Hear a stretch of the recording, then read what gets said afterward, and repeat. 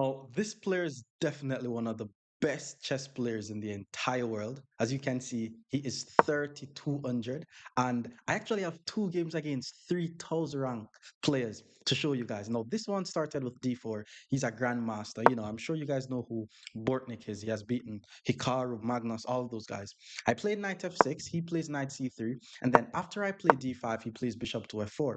Now, this is called the Jobava London, where I started off by playing e6 in this position. The theoretical move, though, is pawn to c5 because, we usually want to ensure that our queen is able to get access to these squares. But I decided to play e6 here, and then he immediately played knight to b5. Now, I also have the live games to show you guys, so very excited for this video. And I'm particularly proud of this game, and, you guys will see why. I had to play knight to f6, though, because, well, knight to a6 put my knight on the edge of the board because he was threatening to fork on c7. So even though he is moving the same piece more than once in the opening stage of the game, because he's forcing my knight on the edge of the board, it's not so bad. Now he plays e3. I played bishop to d6. It would have been a bit better to play something like c6, chase his knight out of my half of the board. But I played bishop to d6. Now, personally, I think this is a mistake because the knight covers the d6 square and he did take on d6. Now, after takes, he also played bishop takes a6, which is not the this can't be a good move because even though he's giving me two double pawns, he didn't really need to give up his bishop for a knight like that. Plus, my knight was on the edge of the board.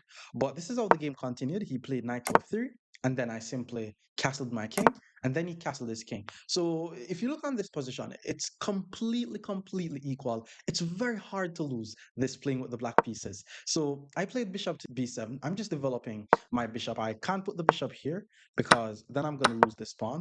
So he played h3. The purpose of h3, by the way, is moves like knight to h5 is usually very annoying. So if I was to play knight to h5 and attack his bishop, he's just going to pull the bishop back to h2, and then my knight is just looking ugly on h5.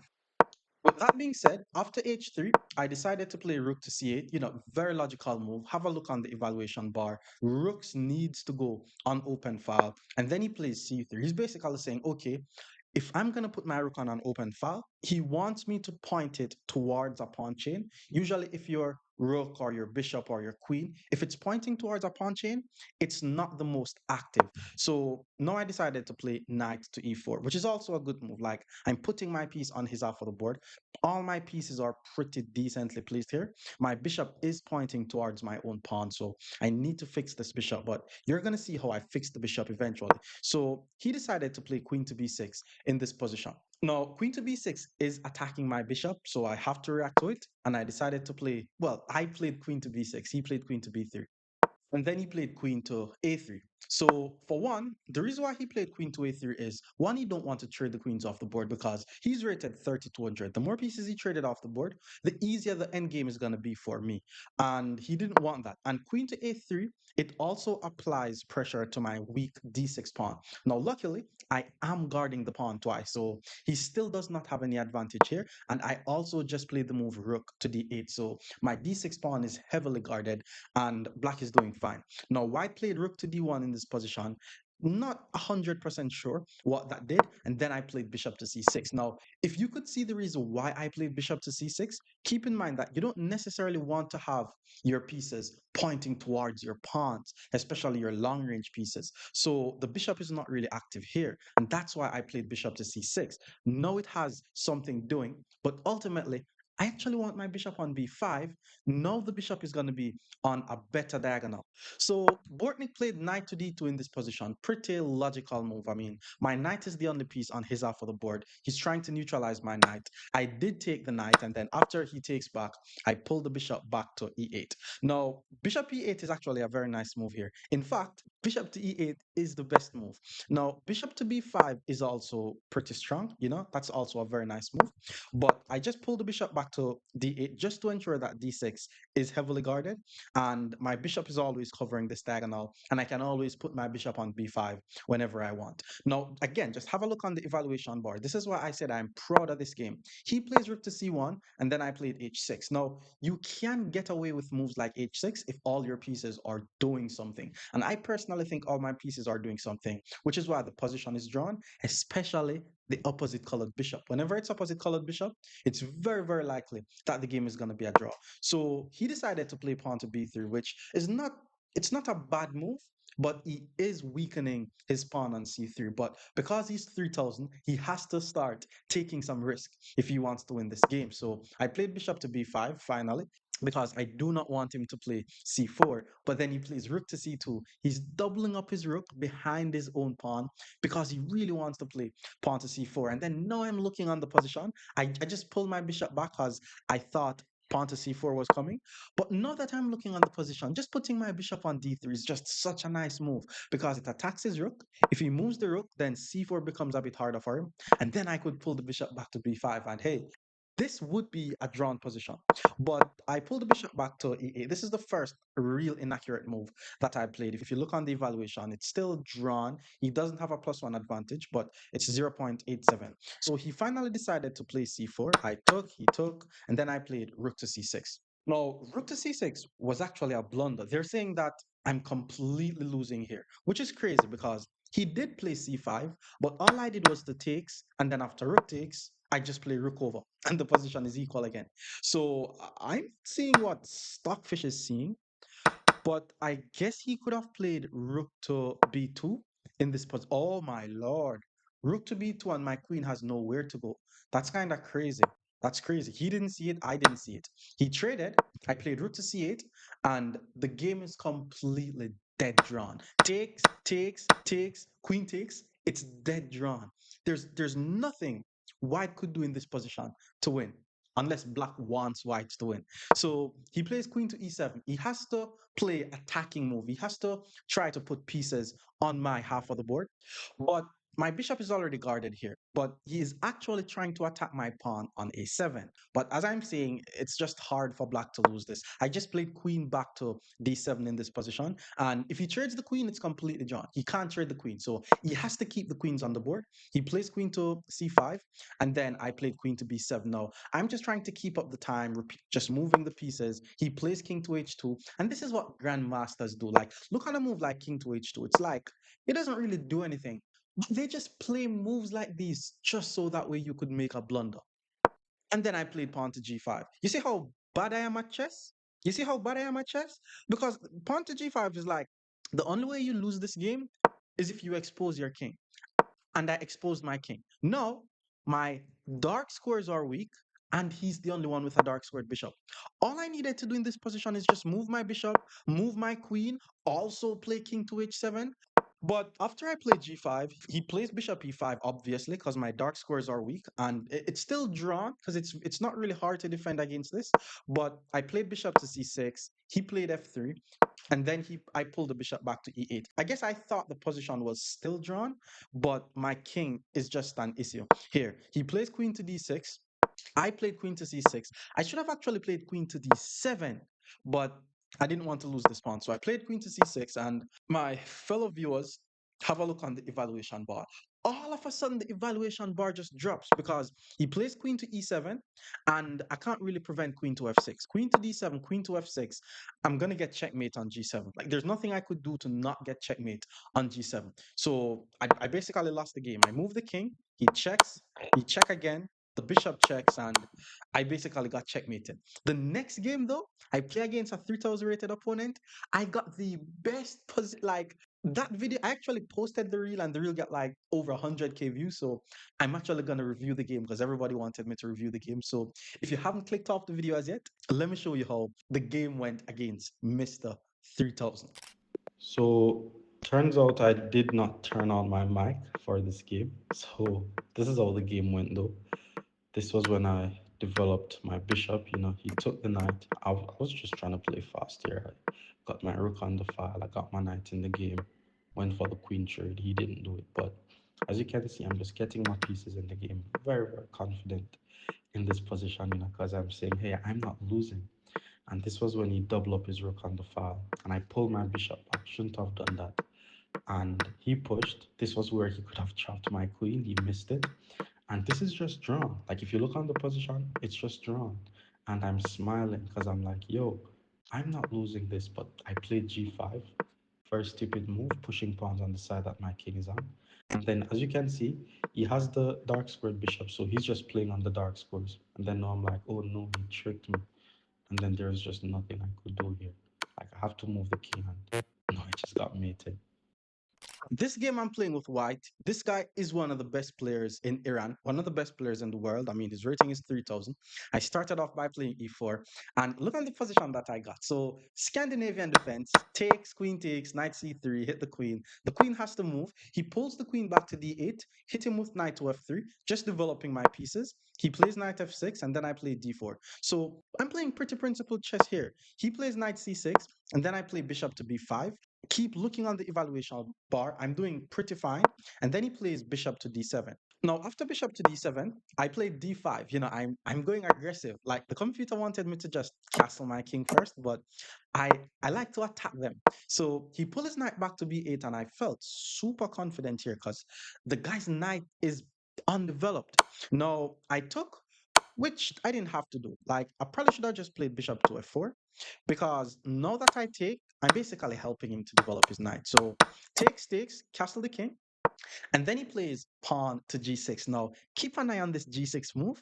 It will cause some very weaknesses in his position. So I played rook e1, putting my rook on the same line as his king. He develops his bishop, and then I develop my bishop. Keep in mind, my development is, you could say my development is complete. He castled the king, and then I played queen to d2. So my minor pieces are developed, my rooks are connected.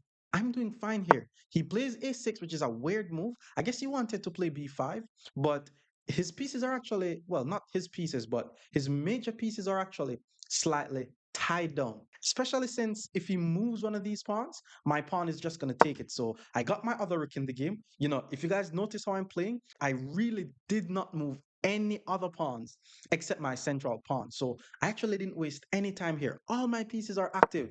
He plays b5, and then I played bishop to h6. And remember, I told you guys about this bishop h6 move. Whenever you're playing against a fianchetted bishop, the plan is usually always to exchange the opponent's bishop.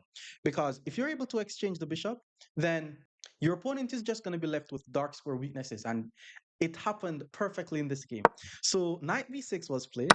I took the bishop, he took with the king, and then I played knight to e5.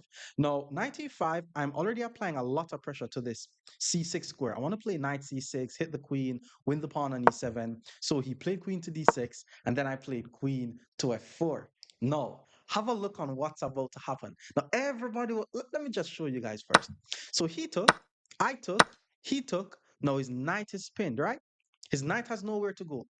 And then I played queen to e4. So now I'm applying pressure to his pinned knight. Look on the move that he played, pawn to e6. He is weakening his dark squares. The dark squares around this king is now very, very weak. And then I played c4. Why did I play c4? PP on the PP. We have to apply pressure to the pin piece. So he had to take. He had to take. Once he take, I took. Hit the queen. The queen has to move. And once he moves the queen, I played queen to e5 check, and then he plays king to g8. Now this is where things are about to get crazy. Like my confidence level was here with the next two moves that I'm about to play. So once he pulled his king back, I played knight to e3. Why knight to e3? The knight is pinned. He is not able to take my knight. Keep in mind, this guy is 3,000, and I think I was trash talking him while I'm playing the game, and everybody's always commenting, bro, just shut up and play the game and then talk after the commentary. But I was talking during the game, and he plays e6 to guard his knight, and then I hit him with knight to g4. No, I'm now threatening a checkmate. His dark squares are weak. The guy played h5. Have a look on the evaluation bar, my fellow peeps. Oh my, now I'm mad because I actually sacked the rook here. And the reason why I sacked the rook was because I'm like, okay, the knight covers f6. I need to sack the rook, which was a brilliant move, by the way. Me sacking the rook was brilliant. So don't be acting like I didn't play the best move. And then once he takes, then I hit him with knight to f6. No, the better move in this position was actually immediate knight to f6 check. And I probably should have played this because once he moved, I don't even feel good looking on this game again because he has to put his king here. And then now I would actually take the knight with check. I'm not just ahead by a piece. But anyways, I sat the rook. Brilliant move, by the way. Don't come at me. This is a brilliant move. He took, I check, he moves the king. And this was where I was struggling to find what the move is. And everyone was like, bro, you missed a queen. Everybody in the comment, knight e4, knight d7, that's just a free queen. That's not a free queen. And I'm not going to tell you guys why that's not a free queen. I explain in the video. You guys could watch the actual live game. I showed it in the live game why it's not a free queen. Everybody's commenting it's a free queen. So I want to see what you guys are going to be saying in the comments now. So I played knight takes h5, best move. He had to play f6. And then I took on f6. I'm still completely winning here. He pulled his queen back to e7. And then I played knight takes d5. Still completely winning, by the way. It's a discovered attack on his king. And I'm also attacking his queen. So he is forced to block with his queen. And I actually just needed to do something very, very simple in order to win this. Keep in mind, I have 1, 2, 3, 4, 5 pawns on the board. He only has 3 pawns on the board. So all I needed to do to win this was to take the queen, play knight to c7, hit the rook. This rook has to move, and then this is going to be a fork. Yo! And then once he moves the rook anywhere, I fork. The king move, I grab the rook, and I'm not losing this game. But what did I do? I wanted to keep the queens on the board. So I took on e6, and now the evaluation bar is just dropping. And then after he plays the next few moves, my time was running out. I didn't really have a lot of time on the board because I felt so confident. I thought I was going to win the game. I was mouting the guy. He moves his pieces over. And then after like what, 2 moves? Like 3 moves, all of this happened. He took the pawn. I took, moved the knight. He moves the king, and now I'm losing because I have to move the king, and that's just a checkmate. We're playing at 3,000. Another 3,000. Oh boy. Need to beat one of these guys. Like my position so far. Love my position so far. Hmm.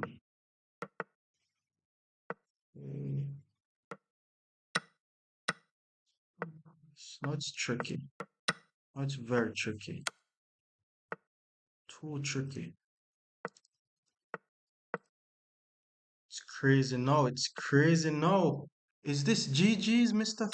3,000? Let's sack the rook. We have to sack the rook there, Mr. 3,000. Once the knight goes in, it's GG's. Mr. 3,000 check. Mr. 3,000. How do we make? That's a check. He blocks. That's a check. He blocks. That's a check. He blocks. How do I win this, Mr. 3,000? All right, let's take this and then this. And then check, Mr. 3,000. Then take. I'm better though, right? Oh, how does this guy have so much time on his clock, man? What is happening, man?